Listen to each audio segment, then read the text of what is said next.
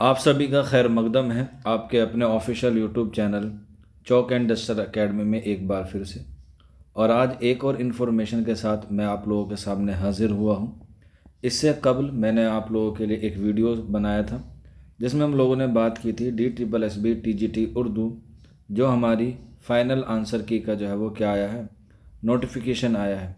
हालांकि आंसर की को देख के काफ़ी सारे बच्चे परेशान हैं क्योंकि उसमें आप लोगों की क्या नहीं आई है, रिस्पॉन्स सीट जो है वो वहाँ पर दी नहीं गई है, जिससे बच्चों को जो है वो काफ़ी प्रॉब्लम हो रही है। और जिससे जो है वो काफ़ी सारे बच्चे क्या सोच रहे हैं, यही सोच रहे हैं कि उनको जो है वो अपना मार्क्स जो है वो कैसे कैलकुलेट करे या अपने जो टोटल नंबर है उनको वो कैसे काउंट करे, क्योंकि किसी की बच्चे की भी इतनी मेमोरी नहीं है कि वो तकरीबन 200 क्वेश्चन को जो है वो याद रख पाए कि उसने कौन से ऑप्शन चूज़ किए थे और कौन से ऑप्शन चूज़ नहीं किए थे। इस वजह से जो है बच्चों को काफ़ी परेशानी आ रही है। हालांकि अगर हम लोग बात करें गुज़िश्ता साल की, यानी कि जब 2021 में TGT उर्दू का इम्तिहान हुआ था, तब उसमें एक पहले आंसर की आई थी, जो पहली आंसर की आती है जिसे हम लोग फर्स्ट आंसर की बोलते हैं, जिसमें हम लोग चैलेंज करते हैं। और चैलेंज करने के बाद DSSB आपकी क्या देता है, फाइनल आंसर की जो है वो जारी करता है। और फाइनल आंसर की के साथ साथ आपकी क्या करता है, रिस्पॉन्स शीट्स भी जो है वो जारी करता है।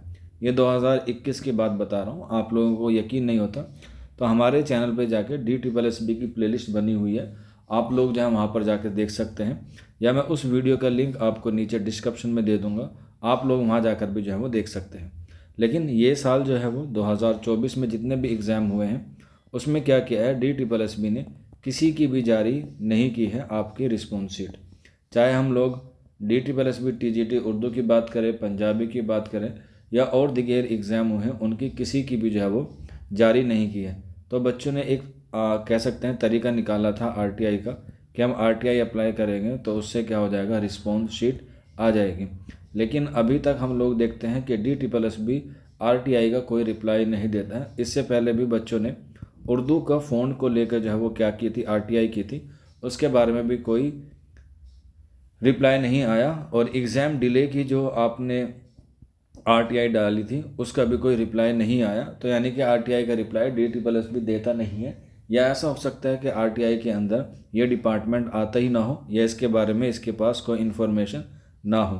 तो ये तो हुई बात आपकी फ़ाइनल आंसर की जो आपकी अभी गुज़िश्ता दिन पहले आई है। लेकिन आपकी जो है वो रिस्पॉन्स शीट जो है वो आपको देखने को नहीं मिली है, जिससे काफ़ी सारे कैंडिडेट या जिससे काफ़ी सारे तालिब इल्म क्या है, थोड़े से नाखुश हैं। अब इसके लिए क्या करना है, इसके लिए दो ही चीज़ हो सकती है, या तो आप लोग DSSB को आप मेल कर सकते हैं, शायद RTI का रिप्लाई ना दें तो मेल का रिप्लाई ज़रूर दे सकते हैं कि आप हमारी रिस्पॉन्स शीट जो है वो प्रोवाइड कराइए।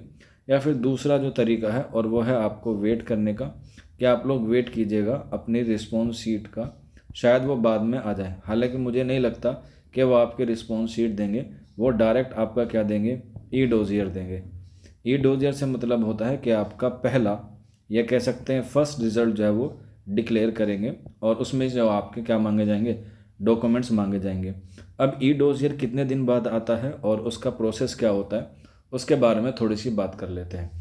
तो जैसा कि आप लोगों को पता है, अगर गुज़िश्ता बात की जाए 2021 की, क्योंकि उससे हम लोग एक अंदाज़ा लगा सकते हैं कि आपका एग्ज़ाम हुआ था 8 सितंबर 2021 को, और उसका जो पहला रिज़ल्ट आया था वो आया था 21 दिसंबर को, 21 दिसंबर 2021 में।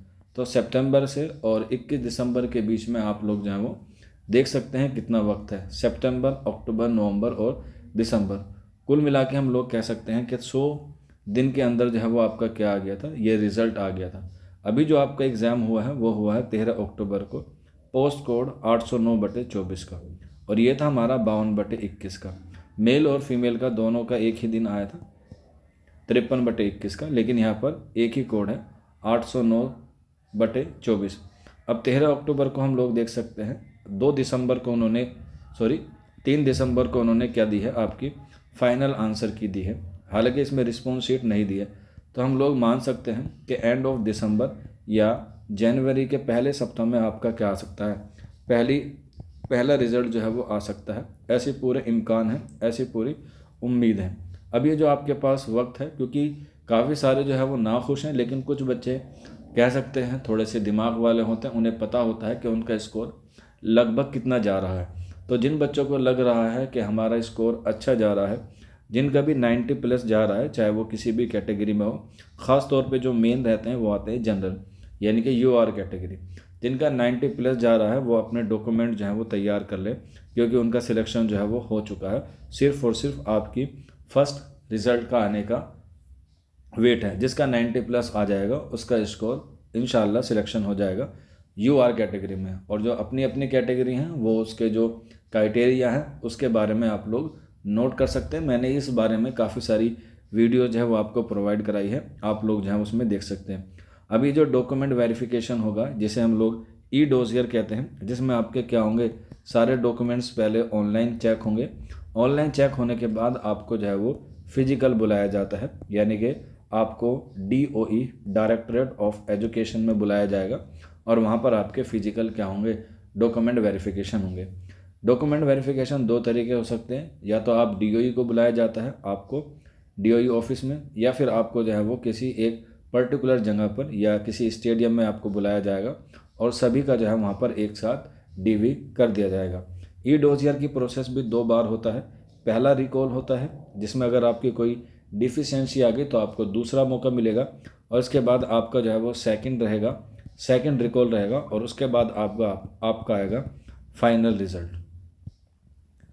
रिज़ल्ट। ये जो पहला रिज़ल्ट आया था वो आया आपका दिसंबर में, और जो सेकंड रिज़ल्ट आता है वो आपका जाएगा तकरीबन 3 से 4 महीने में, क्योंकि डॉक्यूमेंट वेरिफिकेशन में काफ़ी टाइम लगता है। तो ये पूरा प्रोसेस होता है ई डोजियर को सबमिट करने का। अब ई डोजियर में क्या क्या डॉक्यूमेंट्स लगते हैं उसके लिए मैं आपको जो है वो थोड़ा सा वेट करना पड़ेगा। उसके लिए मैं आपको जो है वो बताऊंगा कि अगली वीडियो में कि आपको ई डोजियर के लिए क्या क्या डॉक्यूमेंट्स की ज़रूरत है। आप लोग जो है वो चौक एंड डस्टर अकेडमी पर जो है वो बने रहिएगा। बाकी किसी को कोई डाउट रहता है या कोई क्वेरी रहती है तो आप लोग इस नंबर पे नीचे कमेंट्स कर सकते हैं या फिर इस पर व्हाट्सअप कर सकते हैं। आपकी इन्फॉर्मेशन जो है वो बता दी जाएगी। कोई बच्चा DSSB TGT उर्दू के ग्रुप में जुड़ना चाहता है तो वो भी DSSB TGT उर्दू लिख के, अपना नाम लिख के और अपने स्टेट का नाम लिख के इस नंबर पे व्हाट्सअप कर देंगे तो आपको सारी इन्फॉर्मेशन वहाँ पर भी अवेलेबल हो जाएगी। अब एक छोटी सी बात और ये है, कुछ बच्चों का डाउट ये था कि सर ये जो फाइनल आंसर की आई है, इस फाइनल आंसर की में क्या है, कुछ क्वेश्चंस डिलीट कर दिए गए हैं। तकरीबन 3 से 4 क्वेश्चन जो है वो डिलीट हुए हैं, जिसमें से 2 क्वेश्चन जो है वो हमारे किस में है, उर्दू में है। तो उर्दू के क्वेश्चन 90 आते थे, अब जो है वो आपके कितने बचे, 88 बने। तो अब आपको जो है वो 88 का 40% एग्ज़ाम में जो है वो लाना ज़रूरी हो जाएगा, मैंडेटरी हो जाएगा, तभी आप क्या माने जाएंगे, क्वालिफाइंग माने जाएंगे। वैसे तो देखा जाए कि दोनों मिला के 80% का होना चाहिए, लेकिन इस 80% में भी जिस बच्चे के 40% नंबर उर्दू में आएंगे वही क्या होगा, क्वालिफाइंग माना जाएगा। भले ही उसके पहले पेपर में 80 क्यों ना आ जाएं, और उर्दू पेपर में अगर उसके 39 भी रह गए तो उसका सिलेक्शन नहीं होगा। बनेगी दोनों को मिला के, लेकिन इसमें उर्दू में 40% का लाना ज़रूरी है। अब 2 क्वेश्चन कौन से डिलीट हुए हैं वो आपको पहले से पता होगा, आपने अपनी आंसर की जारी कर दी होगी, आपने चेक कर ली होगी। उसका लिंक मैंने प्रीवियस वीडियो में आपको जो है वो बता दिया था।